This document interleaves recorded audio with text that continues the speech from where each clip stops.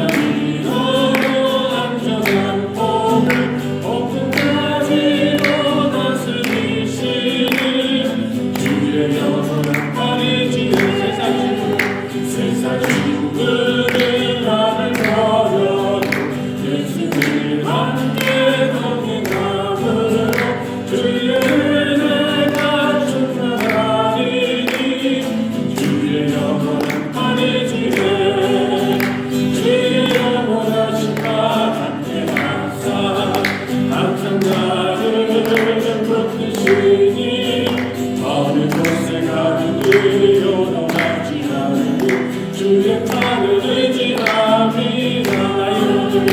나의 믿음이 연약해져 위기에 비한 힘을 주시며 위태할 때도 안도하시니 주의 영원한 팔을 지혜 주의 영원하신 팔 함께하사 항상 나를 붙드시니 어느 곳에 가든지 영원하지 않는 주의 팔을 의지합니다.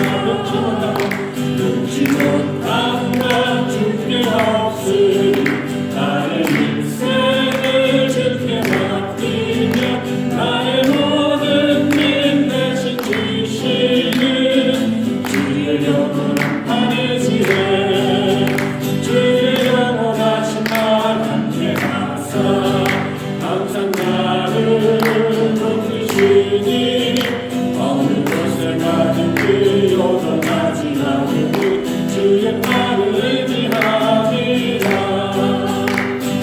슬픈 마음 있는 사람 예수님 믿으며 영원토록 변함없는 기쁜 마음 얻으리. 거룩하신 주의 이름 너의 함께 삼아라. 찬란 시험 당할 때에 주께 기도드려라. 예수의 이름은 세상의 소망이요 예수의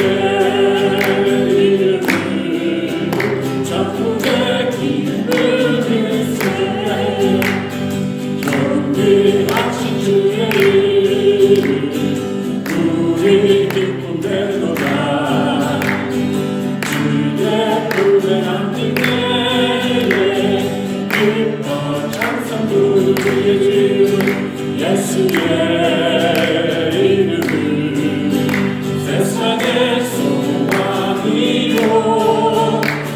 예수의 이름을 전국의 기쁨을 세워야 해. 우리 함께 나가르에 보좌 앞에 나아가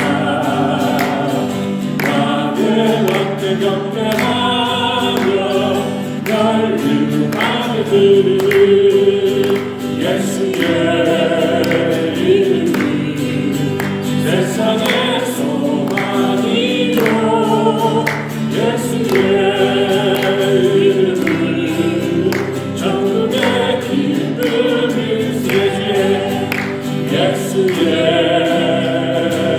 이름을 세상의 소망이요 예수의 이름을 전국의 기쁨일세. 나의 갈 길 가도록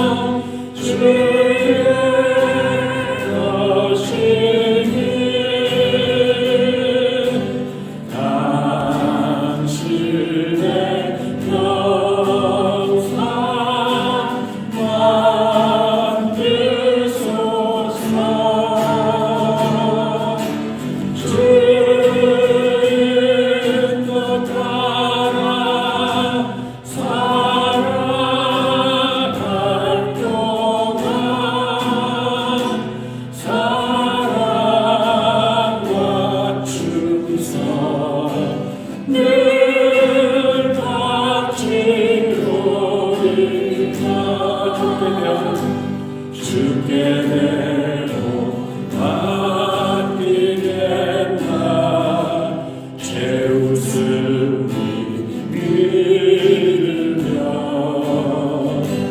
걱정 근심 어둠 그늘 너를 둘러 덮을 때 우리의 심령 주의 거치니 당신의 영상 받으소서 주의 뜻 따라 살아갈 동안 사랑과 충성 늘 같이 오리라 이런 일 다 할 수 있나 주가 물어보실 때 용감한 자 옛날처럼 잠들 때나 다르나 우리의 심령 주의 거치니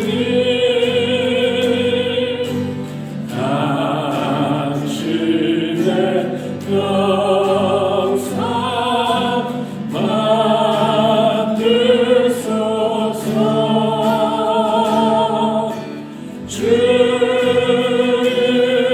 것 따라 살아갈 동안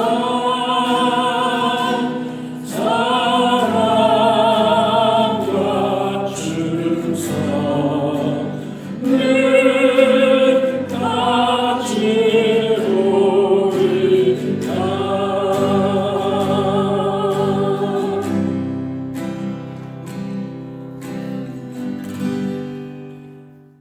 네, 오늘 이 저녁 저희들에게 주신 하나님의 말씀은 잠언서 3장 5절, 6절, 2절 말씀입니다. 다 함께 한 목소리로 합독하시겠습니다. 너는 마음을 다하여 여호와를 신뢰하고 내 명철을 의지하지 말라. 너는 범사의 그를 인정하라. 그리하면 내 길을 지도하시리라. 아멘. 이는 하나님의 말씀입니다. 지난주 저희들이 이제 말씀하시는 하나님에 대해서 두 번째 시간을 가져서 무엇을 통해 말씀하신다고요? 성경 그리고 기도를 통하여 말씀하시는 하나님에 대해서 함께 나누었습니다.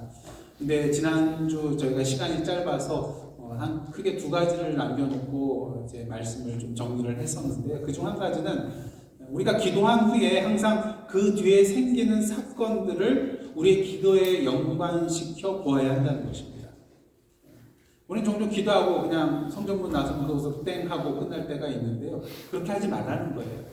우리가 정말 하나님 앞에 간절한 마음으로 기도를 드렸다면 하나님께서 우리의 삶 가운데 그 기도를 어떻게 응답하여 주시는가 계속해서 관심을 가지고 주셔야 한다는 것입니다. 그래서 블랙가비 목사님은요, 기도하고 난 후에 즉시 그 다음에 무슨 일이 생겨나는지 살피기를 시작한다고 합니다. 그리고 앞으로 자신의 주위에서 일어나는 일들에 자신의 인생을 조정할 준비를 갖춘다고 합니다. 왜냐하면 우리가 기도한 후에 평소 우리에게 일어나지 않던 그런 일들이 일어날 수 있고요. 또 그 일들 가운데는 물론 우리가 받아들이기 거북하고 또 어려운 그런 일들도 있지만 그렇다고 그것을 그냥 단순히 제거하고 무시하는 것이 아니라 어쩌면 그 안에 하나님께서 우리의 기도 응답을 해주셔서 우리에게 보여주시는 그런 뜻이 있을 수 있기 때문에 우리는 항상 인생을 조정할 준비를 가지고 우리 주변에서 일어나는 일들에 대해서 항상 우리가 드린 기도와 어떤 연관성이 있는가 계속해서 주시하면서 살펴보아야 한다는 것이죠. 근데 문제는 우리가 기도할 때에 어떻습니까? 하나님께서 응답해 주시지 않고 그냥 계속해서 칩부하는 경우가 있다는 것이죠. 그래서 그 부분에 대해서는 제가 지난 주일 설교 말씀을 통해서 죽었던 나사로 이야기를 통하여서 함께 그 말씀에 대해서 나누는 것을 여러분들 기억하실 것입니다. 그래서 우리가 기도할 때에 하나님께서 응답하시지 않는다면 첫째로 우리가 생각해야 될 건 혹시 내 삶 가운데 죄가 있는가? 죄 때문에 하나님께서 응답하시지 않는 것인가? 먼저 살펴봐야 되고요. 만약 그렇지 않다면 어떻게 해야 됩니까? 하나님께서 이전에 내가 알고 있던 그 하나님보다 더 깊은 하나님에 대한 이해를 갖게 하시기 위해서, 더 큰 하나님의 일을 성취하시기 위해서 하나님의 때, 이미 준비해 놓으신 것, 하나님의 때까지 지금 기다리고 계시는 중이라는 것을 우리가 알아야 한다는 것이죠. 그래서 끝내 하나님께서 이전에 내가 알던 그 하나님보다 더 깊은 하나님을 어떤 사건을 통해서 우리에게 보여주시고 우리로 하여금 그것을 누리게 해주신다는 것입니다. 그래서 우리가 항상 이러한 때에는 우리가 계속해서 인내하면서 기대하면서 기도로서 기다려야 된다고 했습니다. 왜? 기대하시라 뭐예요? 개봉 박두니까요. 그래서 오늘도 여러분들 정말 하나님의 뜻대로 기도하는데 하나님께서 응답해 주시지 않는가? 여러분들 포기하지 마십시오. 하나님의 때에 분명히 이루어 주실 것입니다. 이처럼 하나님께서 말씀하시는 하나님이신데요. 또 성경과 또 기도와 또 이제 두 가지가 뭐죠? 앞으로 해야 될 성경과 기도와 환경과 교회를 통해서 말씀하시는 하나님이십니다. 그래서 원래 계획대로라면 오늘 그 두 가지에 대해서 말씀을 드릴 텐데 분량이 많기 때문에 오늘 환경을 통하여 말씀하시는 하나님 대부분을 말씀을 드리고요. 그 다음 주에 이제 환경을 통해서 말씀하시는 하나님에 대해서 한 부분과 그리고 교회를 통해서 말씀하시는 하나님에 대해서 함께 나누도록 하겠습니다. 블랙가비 목사님께서요, 그 두 번째 교회를 섬기는 가운데 사모님과 함께 선교 컨퍼런스를 가게 되었다고 합니다. 그래서 그곳에서 하나님께서 자신들에게 선교사라고 가라는 그러한 느낌을 받았다고 합니다. 그래서 소명을 받은 것이죠. 선교사로 가라는. 그래서 이분들이 어떻게 했겠습니까? 컨퍼런스에 다녀와서 당장 준비를 했습니다. 그래서 교단 선교부에 신청을 하게 되었다고 합니다. 그래서 모든 이제 신청 과정이 다 끝나갔을 때 일이 하나 생겼어요. 첫째 아들인 리차드가 건강상 문제가 일어난 거예요. 그러니까 드문 병이라고 합니다. 그러니까 이렇게 제대로 알려져 있는 병이 아니라 드문 그런 병인데 아마 어려웠던 것 같아요. 그래서 그 치료에 있어서 어려움을 겪은 것 같습니다. 그래서 지금 어디 가야 돼? 선교하러 가야 되잖아요. 근데 교단 선교부에서 뭐라고 하냐면은 아들이 건강을 회복할 때까지 일단 중단하십시오. 이런 전가를 받게 되었습니다. 참으로 혼란스럽고 이해하기 어려운 그런 환경입니다. 계속해서 기도했고 하나님께서 선교를 가라는 그런 마음을 주셨는데 왜 이런 일이 일어나게 해주셨는가? 하지만 그들은 믿음을 가지고 계속해서 기도했고요. 하나님께서 그들에게 선교를 위해 준비하라고 왜 말씀하셨는가 알기 위해서 계속해서 지켜보았습니다. 그러던 가운데 오래지 않아서 캐나다에 있는 세스커튼이라는 데에서 작은 교회로부터 연락을 받게 되었습니다. 근데 그 교회는요, 아주 작은 교회였고 또 심각한 그런 어려운 상황 속에 빠져 있는 교회였어요. 그래서 침체기를 겪고 있는 그런 상황이었습니다. 그래서 교회는 점차 줄어들어서 지금 의기소침해 있는 10여 명의 그런 성도만 남아있는 그런 상태였어요. 블랙가비 목사님이 지금 목회하고 있는 교회보다도 더 규모가 작았고 그랬지만 이 목사님 내외부는 하나님께서 이 캐나다의 서부 지역에 여러 교회를 세우시기 위해서 그들을 사용하시고자 한다는 그런 느낌을 받았다고 합니다. 그래서 어떻게 했을까요? 집사 들고 캐나다 서스커턴주에 있는 그 작은 교회로 가게 되었습니다. 캐나다로 이사하는 뒤에 이제 누가 문제예요? 아들. 그 병 때문에 문제가 있잖아요. 그래서 그곳에 있는 이제 병원에 찾아가서 또 진찰을 받게 되었는데요. 놀랍게도 어떤 일이 일어났을까요? 아무런 이상이 없다는 그런 결과를 받게 되었습니다. 여러분 이상하지 않습니까? 하나님께서 그들이 선교를 준비하고 있는 바로 그때에 아들로 하여금 병이 나게 했어요. 왜 그 병을 하나님께서 허락하신 것일까? 병이 안 났으면 지금 선교하러 갔을 거 아니에요. 근데 왜 하나님께서는 이 아들로 하여금 병이 나게 하신 것일까? 근데 다 이유가 있었어요. 지금 새롭게 간 이 세스커튼주의 이 작은 교회는요, 뭐 재정적으로 어려움이 있었기 때문에 그 목사님에게 뭐 제대로 공급을 줄 수 있는 그런 상황도 아니었고요. 또 은퇴연금이나 또 교단의 그런 지원을 받을 수 없는 그러한 상황이었다고 합니다. 그래서 블랙가비 목사님 부부가 가지고 있는 전부는 무엇이었느냐? 누구예요? 하나님과 그리고 하나님의 공급하심밖에 가지고 있는 것이 없었어요. 그러니까 그것만 믿고 나아갔습니다. 그러게 하나님께서는 그들의 모든 필요를 충분한 것 이상으로 계속해서 공급해 주심을 그들은 경험할 수 있게 되었습니다. 그리고 하나님께서는 그들의 그런 작은 교회와 그 교회가 38개의 새로운 교회를 시작하도록 인도해 주셨어요. 10여 명 남짓한 그 교회가 어떻게 이런 일을 할 수 있겠습니까? 누가 하신 거예요? 하나님께서 인도하셨다는 것이죠. 그래서 이러한 가운데 블랙가비 목사님 부부는 하나님께서 능력으로 이렇게 일하고 계심을 경험할 수 있었고요. 또 그가 이렇게 실제적이고 강력한 길을 하나님과 함께 걸어갈 수 있는 법을 어떻게 배웠는가에 대해서 사방에서 좀 글을 쓰면 좋겠다, 책을 내면 좋겠다, 이런 요청이 쇄도했다고 합니다.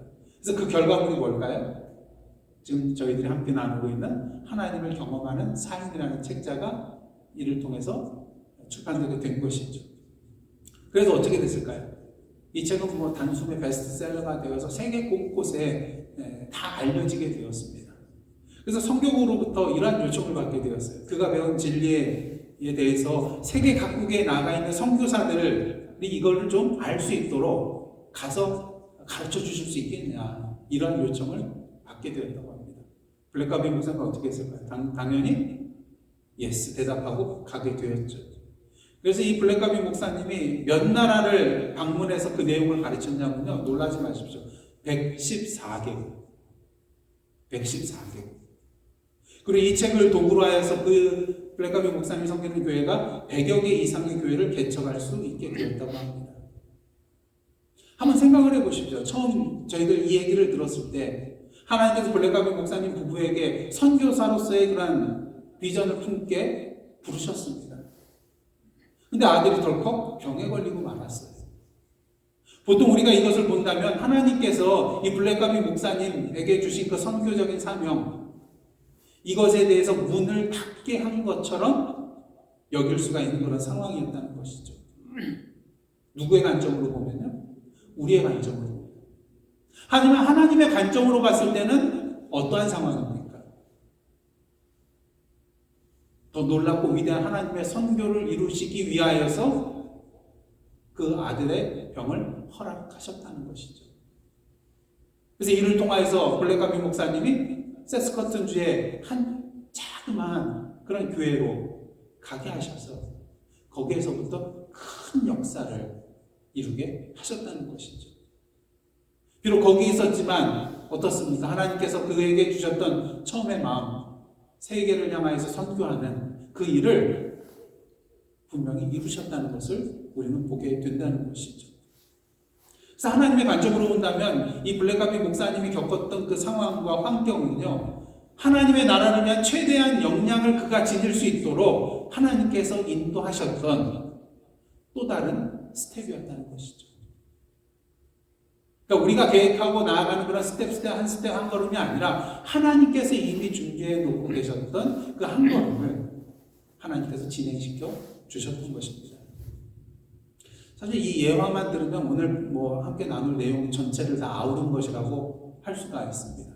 하지만 이것을 제일 먼저 말씀드린 것은 이러한 내용을 여러분 붙드시고 오늘 전체 말씀을 한번 함께 나누시면 도움이 될 것이기 때문에 이것을 제일 먼저 소개를 해드렸습니다.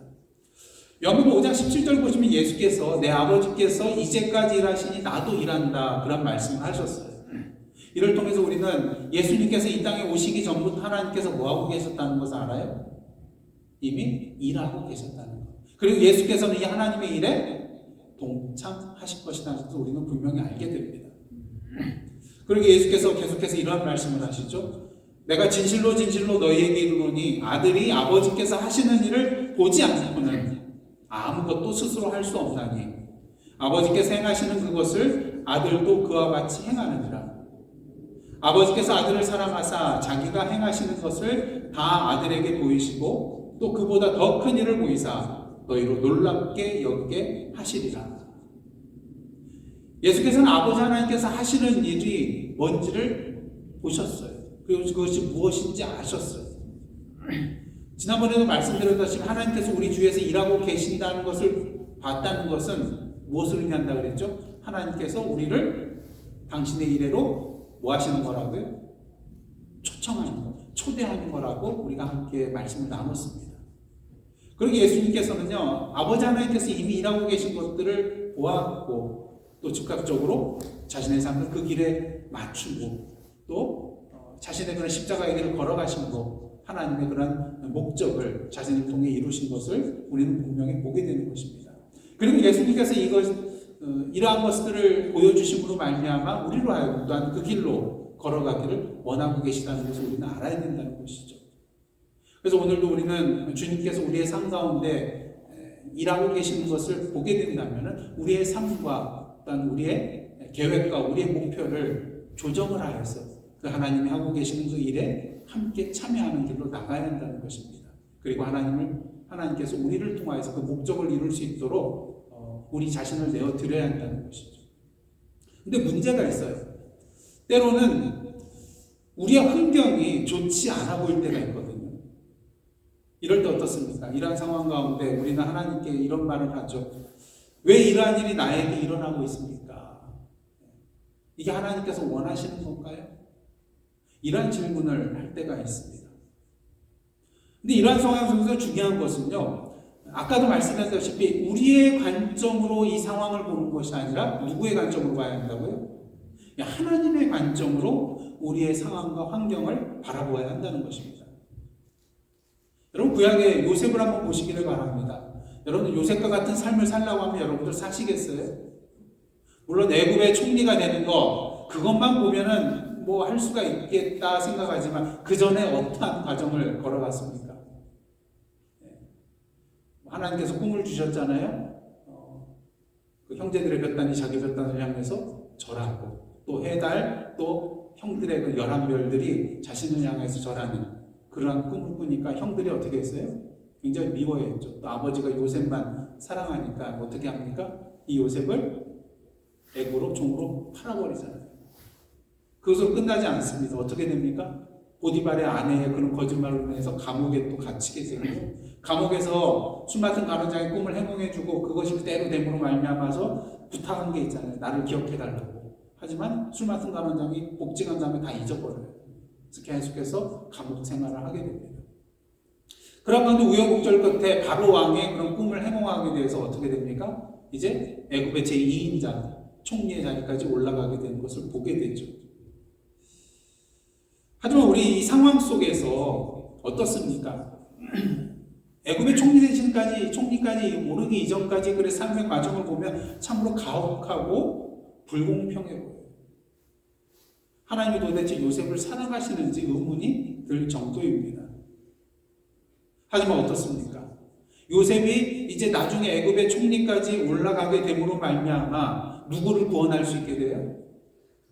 자신의 가족, 아버지와 또 자신들의 형들과 그의 가족들을 대기근으로부터 구원해낼 수 있게 된 것을 우리는 보게 되는 것입니다.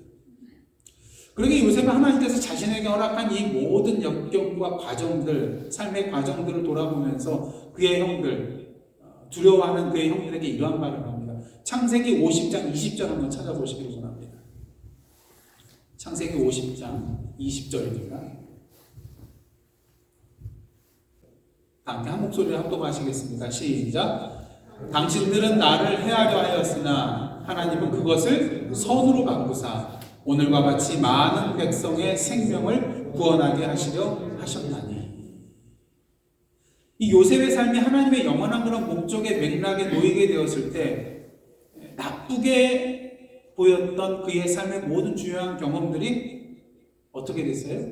하나님의 목적을 이루기 위한 그런 수단이 되었음을 우리는 보게 된다는 것입니다.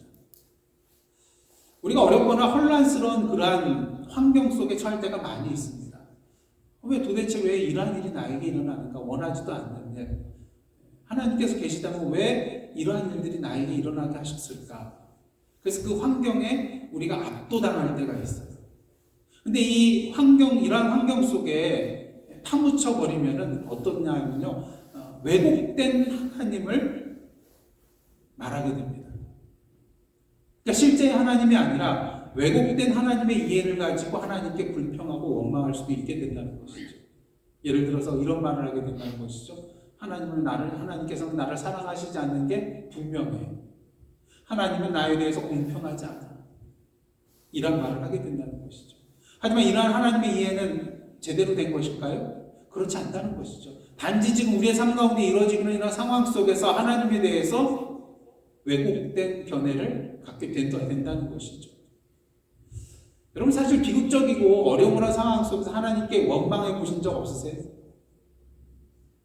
하나님께 불평해 보신 적 없으세요? 또 더 나아가서 하나님을 비난해 보신 적 없으세요? 분명히 있을 것입니다. 하나님이 정말 사랑의 하나님인지 나의 목자 되시는 하나님인지 의문을 제기한 적도 있으실 것입니다. 때로는 하나님이 좀 두려우니까, 그래도 두렵잖아요. 그러니까 하나님이 틀렸다고는 말하지는 않지만 따질 때가 있어요. 하나님, 저로 하여금 지금 이 길을 걸어가는 것이 바른 길이라고 믿도록 하나님께서 그냥 허락하셨잖아요. 하나님이 나를 속인 거 아니겠습니까? 제가 이 길로 계속 걸어갈 때 왜 나를 멈추게 하지 않으셨나요? 이런 말을 할 때가 있습니다. 왜 나를 거기서 멈추게 하지 않으셨나요? 거기서 멈췄더라면 지금 이 지경에 오지 않았을 터인데. 이렇게 하나님께 원망하고 따지는 그런 경우도 있었을 것입니다. 뭐 때문에 그래요? 지금 나의 삶 속에 벌어지고 있는 상황과 환경 때문에 이러한 말을 하게 된다는 것이죠. 하지만 우리는 이러한 왜곡된 하나님에 대한 이해에 대한 말을 해서는 안 된다는 것입니다. 그렇다면 우리는 어떻게 되는 것인가? 이러한 상황 속에서 하나님의 관점으로 이 상황을 보게 하여 주옵소서. 이러한 기도를 하나님께 올려야 된다는 것입니다. 물어야 된다는 것입니다. 이러한 기도를 드릴 때 하나님께서는 성령님을 통해서 성령께서 어떻게 역사하시냐면요, 하나님의 말씀을 가지시고 하나님의 관점으로 그 사건을 바라볼 수 있도록, 그 사건을 이해할 수 있도록 도와주신다는 것입니다. 그래서 우리의 처한 환경의 진실이 뭔지, 그 안에서 하나님께서 우리에게 제시해주고자 하는 진리가 무엇인지를 우리로 하여금 보게 해 주신다는 것이죠. 그럴 때 우리는 어떻게 됩니까? 그동안 가지고 있던 왜곡된 하나님의 삶, 잘못된 이해를 내려놓고 하나님께서 보여주시는 그 길에로 우리의 삶의 방향을 조정하며 나아갈 수 있게 된다는 것입니다. 앞에 말씀드렸던 예하고 좀 비슷한 예인데요. 블랙가비 목사님의 따님이 한 분 있었는데 캐리라는 그런 이름을 가지고 있는 딸입니다. 근데 암에 걸려서 투병할 때에 의사가 6달 내지 8달간의 화학요법과 방사선 치료를 하게 됐더니 단단히 준비를 하라고 그렇게 말을 했다고 합니다. 암 치료 받으시는 분이 옆에 계시면 아시겠지만 이게 상당히 힘든 그런 일이거든요. 그런데 6개월에서 8개월 동안 이 치료를 받아야 된다고 의사 선생님이 말했다고 합니다. 사랑의 하나님이라면 왜 블랙가비 목사님 집안에 이러한 일이 있게 하셨을까? 보통 사람은 정말 암울한 그런 상황 속에서 처절하게 하나님 앞에 부르짖고 또 왜 이런 일이 일어나게 되었는가 따지며 또 하나님 앞에 불평했을 수도 있을 것입니다.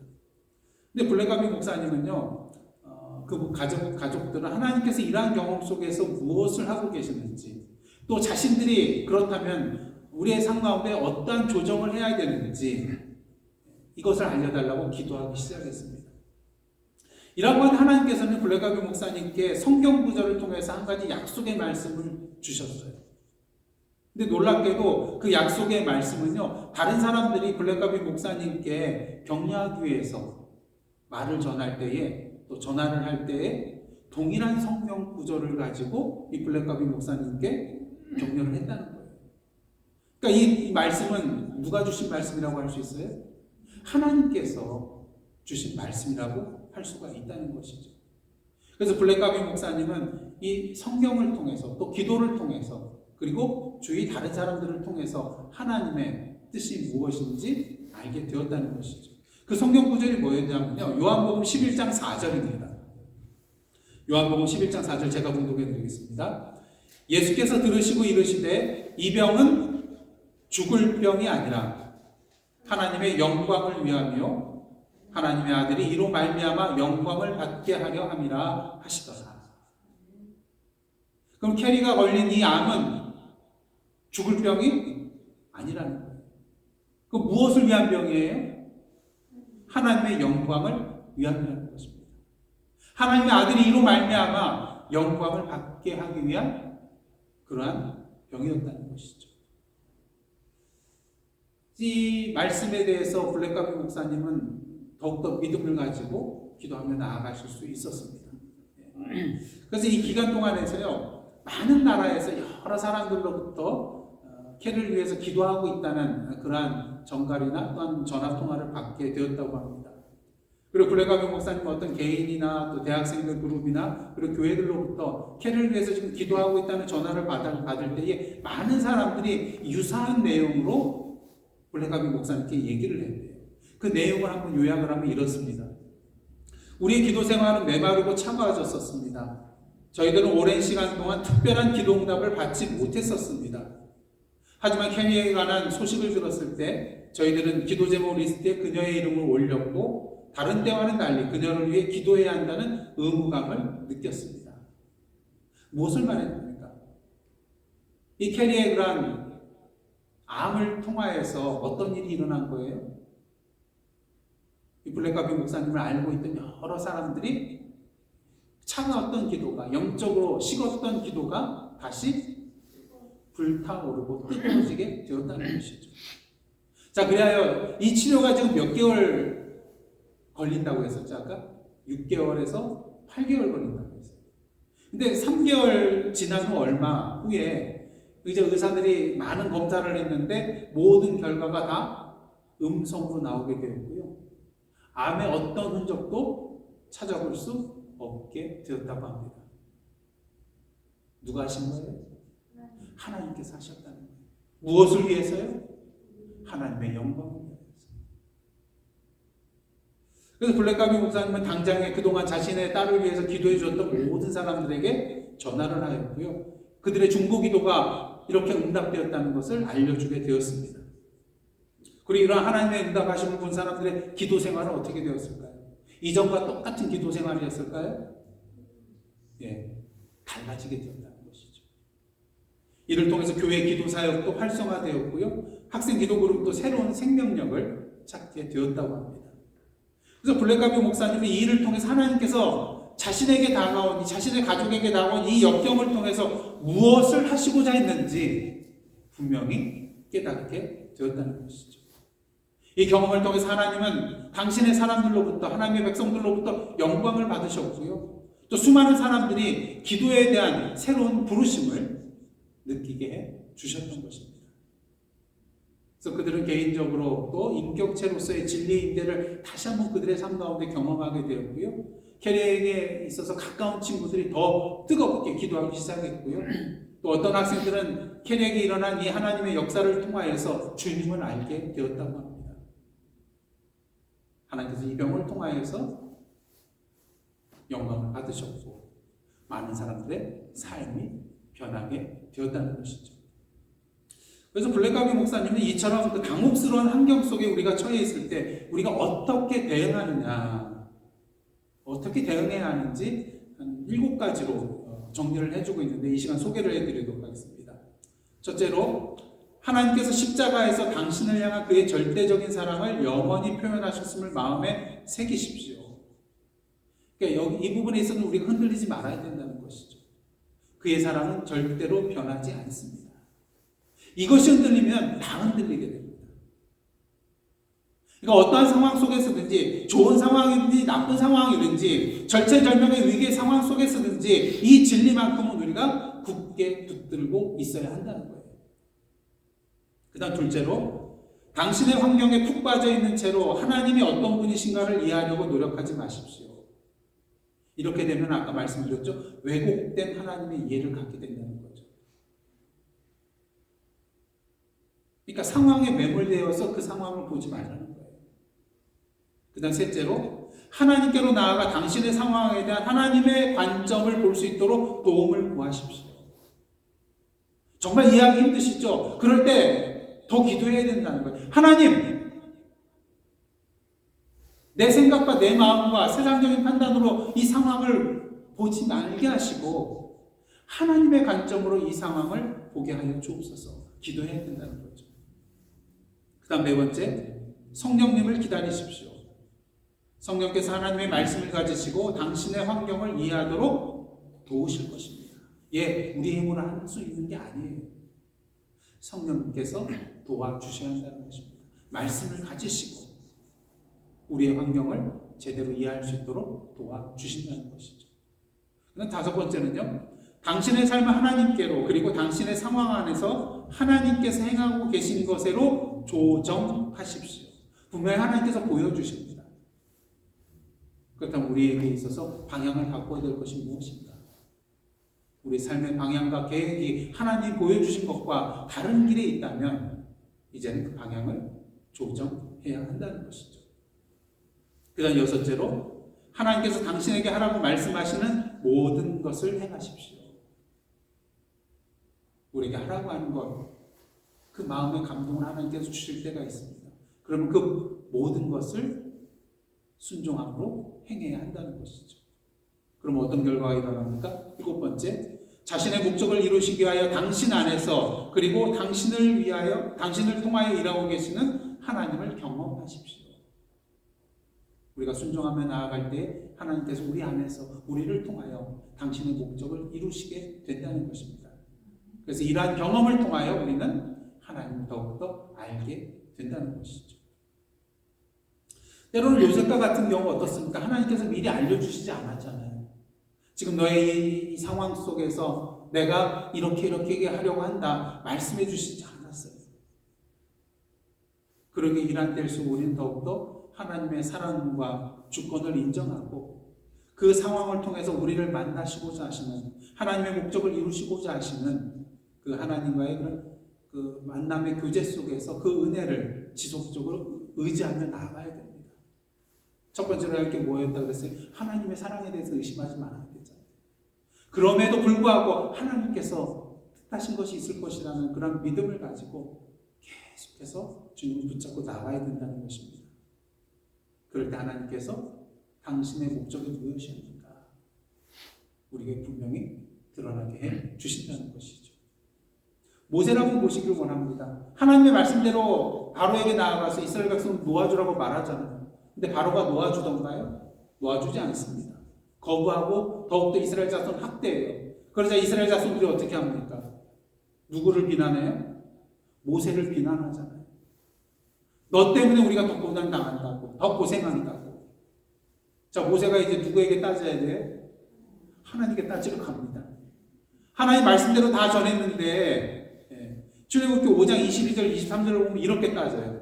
주여, 어찌하여 이 백성이 학대를 당하게 하셨나이까? 어찌하여 나를 보내셨나이까? 이러려고 나를 보내신 거예요? 이스라엘 백성이 더 학대되게 만들기 위해서 나를 보내신 것입니까? 그러면서 23절에서 이렇게 말합니다. 내가 바로에게 들어가서 주의 이름으로 말한 후로부터 그가 이 백성을 더 학대하며 주께서도 주의 백성을 구원하지 아니하시나이다. 하나님 왜 그러세요?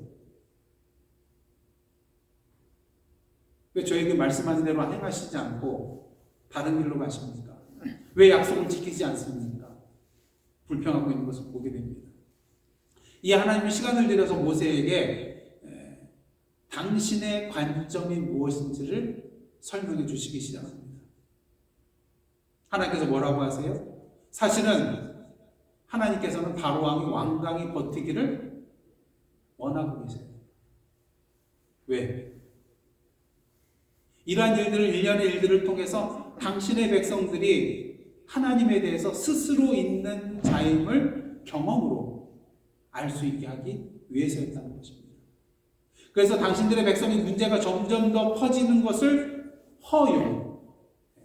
허용하심을 통하여서 하나님께서 그들을 구원하여 주셨을 때 정말 이 하나님이 어떠한 분인가를 그들이 분명하게 볼 수 있고 깨닫게 하기 위해서 이러한 것들을 행하셨다는 것이죠. 그래서 우리는 모세의 이야기를 통해서 한 가지 배워야 될 것은 뭐냐면요, 혼란스럽고 이해하지 못할 그런 환경에 직면하였을 때 그러한 때에 우리는 하나님께 원망해서는 안 된다는 거예요. 따져서도 안 된다는 것입니다. 그리고 그분을 따르는 것을 그만두어서도 안 된다는 것입니다. 대신 우리가 해야 될 것은 무엇입니까? 이러한 환경 속에서 하나님의 진리와 하나님의 목적이 무엇인지 분명히 볼 수 있도록 누구의 관점이요? 하나님의 관점을 갖게 하여 주옵소서. 하나님의 관점으로 이 모든 상황을 이해하게 하여 주옵소서. 기도하고 뭐 해야 될까요? 기다려야 합니다. 하나님께서 계시해 주실 때까지. 그래서 우리는 우리의 삶을 하나님께 단단히 고정시켜야만 합니다. 그래서 우리가 그리스도인으로 해야 할 일 중에 가장 어려운 일 중에 하나가 무엇입니까? 예수께서 마태복음 16장 24절에 말씀하신 바와 같이 누구를 부인해야 돼요?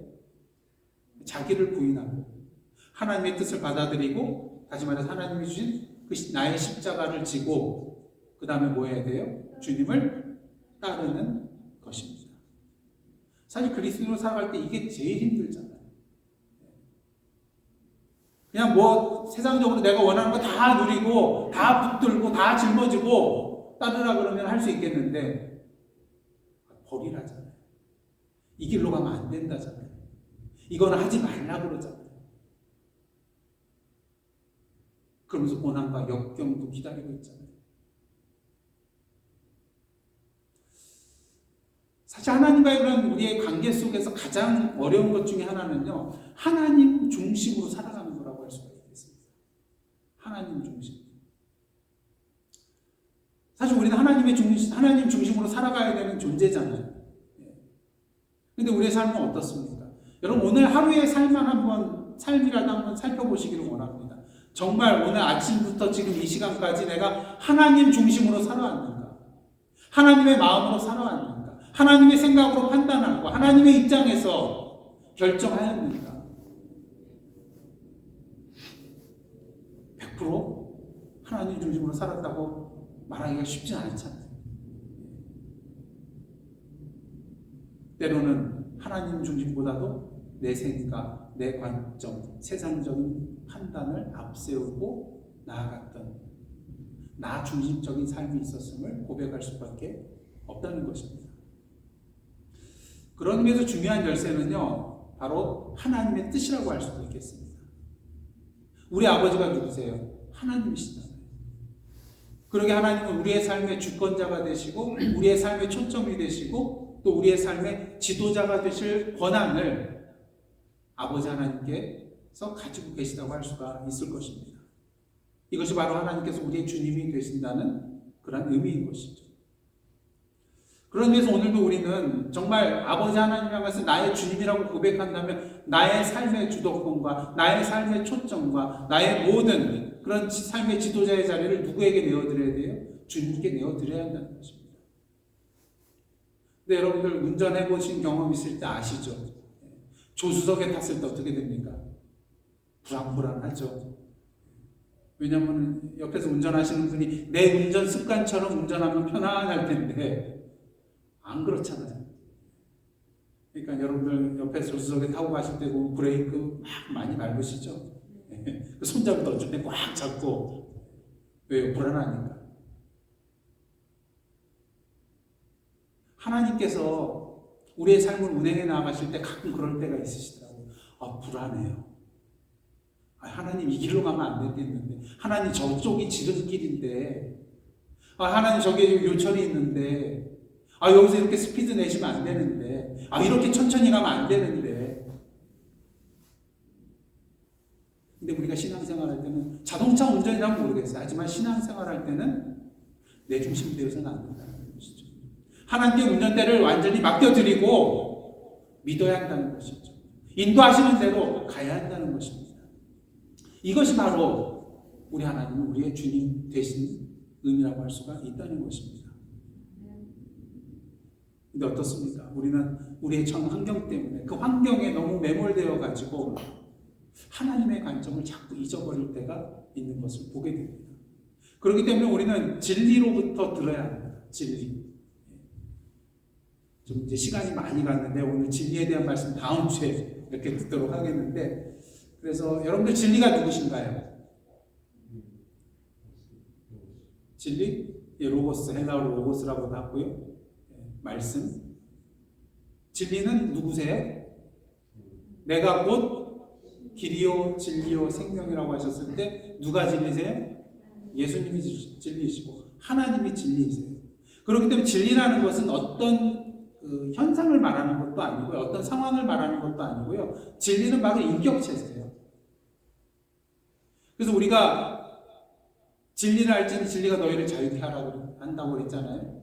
그 진리가 바로 예수 그리스도시잖아요. 하나님의 말씀이잖아요.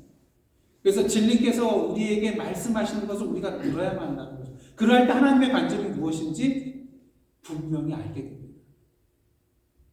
그래서 하나님의 관점으로 보게 하여 주시옵소서. 이 기도는 다시 말하면 진리를 알게 하옵소서. 그 진리가 누구예요? 예수님. 말씀. 그래서 예수님으로부터, 이 말씀으로부터 하나님의 뜻을 알게 하여 주옵소서. 이렇게 기도해야 된다는 것이죠. 그래서 이 부분에 대해서는 다음 주에 한번 말씀을 나누도록 하는데 여러 가지 예가 있습니다. 예수님의 제자들의 예, 또 나인성 과부의 이야기, 그리고 또 오병이의 사건을 통하여서 이것이 도대체 무엇을 의미하는가? 무엇을 의미하는가? 그것에 대해서 함께 나누도록 하겠습니다. 그래서 일단 오늘 하나님의 말씀을 정리하도록 하겠는데요. 오늘도 하나님께서는 우리의 환경을 통해서 말씀을 해주세요. 근데 환경이 때로 그렇게 좋은 환경일 때는 하나님 이거 정말 감사합니다 이렇게 따라갈 수 있지만, 나쁜 환경이 됐을 때 우리는 자칫 이 환경 속에만 너무 매몰되어 가지고 하나님에 대해서 제대로 이해하지 못하고 하나님이 이 환경 속에서 무엇을 하고자 하시는지 제대로 알지 못할 때가 있다는 것입니다. 그래서 일할 때 우리가 가장 먼저 해야 될 것은 뭐라고요? 기도해야 되는데 뭘 알게 해달라고요? 하나님의 관점으로 이 상황을 보게 해달라고, 이해하게 해달라고 기도를 해야 된다는 것입니다. 그리고 모든 주도권을 누구에게 드려야 돼요? 하나님께 드려야 되는 거예요. 나 중심적인 사고방식에서 벗어나서 이제는 하나님께 모든 주도권을 내어드리고 모든 포커스를 하나님께 드리고, 그리고 하나님께서 나를 인도해 나아가실 수 있도록 내 권리를 다 하나님께 내어드려야 된다는 것입니다. 그러할 때 하나님께서 성령님을 통해서 말씀을 가지고 우리로 하여금 우리의 상황을 제대로 보게 하시고 깨닫게 해주신다는 것이죠. 그리고 진리를 통해서 우리로 하여금 듣게 해주신다는 것입니다. 그래서 그 부분에서는 다음 주에 함께 말씀을 나누도록 하겠습니다. 함께 기도하시겠습니다. 하나님, 오늘도 우리의 환경을 통하여서 말씀하시는 하나님이심을 저희들 이 시간 함께 나누었습니다. 하지만 우리의 삶의 상황에 우리의 기대한 것, 우리가 생각한 것, 우리가 원하지 않는 그런 방향으로 나아갈 때에 우리는 우리 하나님에 대해서 곡해하며 잘못된 이해로 나아가게 되며 오히려 하나님을 향하여서 원망하고 불평하는 저희들의 모습이 있음을 이 시간 주님 앞에 고백합니다. 우리의 상황이 어떠하다 할지라도 우리의 환경이 인간적으로 보았을 때 좋든 나쁘든지 간에 모든 상황 속에서 우리를 사랑하신 하나님이라는 그 진리를 놓치지 않고 계속해서 붙들고 나아가는 저희들 될 수 있도록 인도하여 주시옵소서. 상황에 흔들리는 저희들 되지 않도록 인도하여 주옵소서. 그 상황 속에서 하나님께서 우리를 통하여서 무엇을 하시고자 원하시는지 하나님의 관점으로 우리로 하여금 이해하게 하여 주옵소서. 우리로 하여금 보게 하여 주옵소서. 기도로 나아가는 저희들의 모습이 될 수 있도록 인도하여 주시사 오늘도 우리의 모든 삶의 주권을 하나님께 드리고, 주님 나를 인도하여 주옵소서. 나를 보게 하여 주옵소서. 주시옵소서. 주님의 뜻을 알게 하여 주옵소서. 기도하며 나아갈 때 오늘도 성령으로 임하여 주시옵소서. 우리의 삶 가운데 거하여 주시고 우리의 삶 가운데 주님의 뜻을 분명히 볼 수 있도록 인도하여 주시는 그 하나님의 역사하심을 우리의 삶 가운데 분명히 체험하고 목도하며 누리며 나아갈 수 있는 저희들 될 수 있도록 인도하여 주시옵소서. 오늘도 우리의 환경을 통하여서 진리의 말씀이신 그런 주님께서 우리로 하여금 당신의 뜻이 무엇인지 보여주실 때에 이제 지금까지 걸어왔던 우리 인간적인 삶의 방향을 온전히 주님께로 향하고 주님의 목적대로 우리의 삶의 방향을 조정하며 나아가며 순종해 나아감으로써 오늘도 우리의 삶을 통하여 우리 안에 거하시고 우리의 일을 통하여서 역사하시는 그 하나님의 놀라우신 크신 그 능력의 사건들을 우리의 삶 가운데 경험하며 체험하며 나아가는 저희들의 모습이 될 수 있도록 인도하여 주시옵소서. 오늘도 하나님께 우리 자신을 내어 드립니다. 오늘도 말씀을 통하여서 기도를 통하여서 우리의 환경을 통하여서 또한 교회와 다른 성도들을 통하여 말씀하시는 그 하나님의 말씀에 영적으로 민감한 저희들의 삶 되게 하여 주옵소서. 오늘도 우리에게 보여주시고 들려주시고 계시해 주시고자 하시는 그 하나님의 말씀을 온전히 받고 누리게 하여 주시옵소서. 예수님의 이름으로 기도드리옵나이다. 아멘.